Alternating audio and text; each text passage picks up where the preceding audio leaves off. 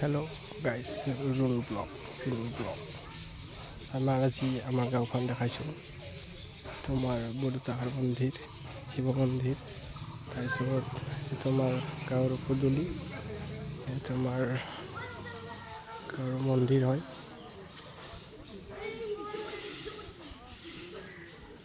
তাৰপিছত আমাৰ এটা ভাইটিবিলাক কিবা খেলি আছে।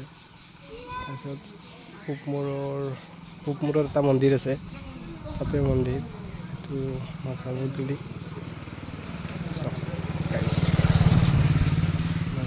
মন্দিৰ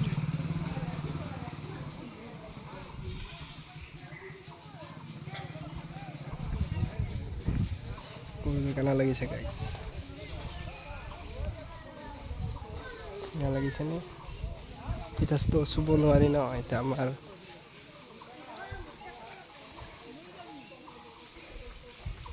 গাইজ।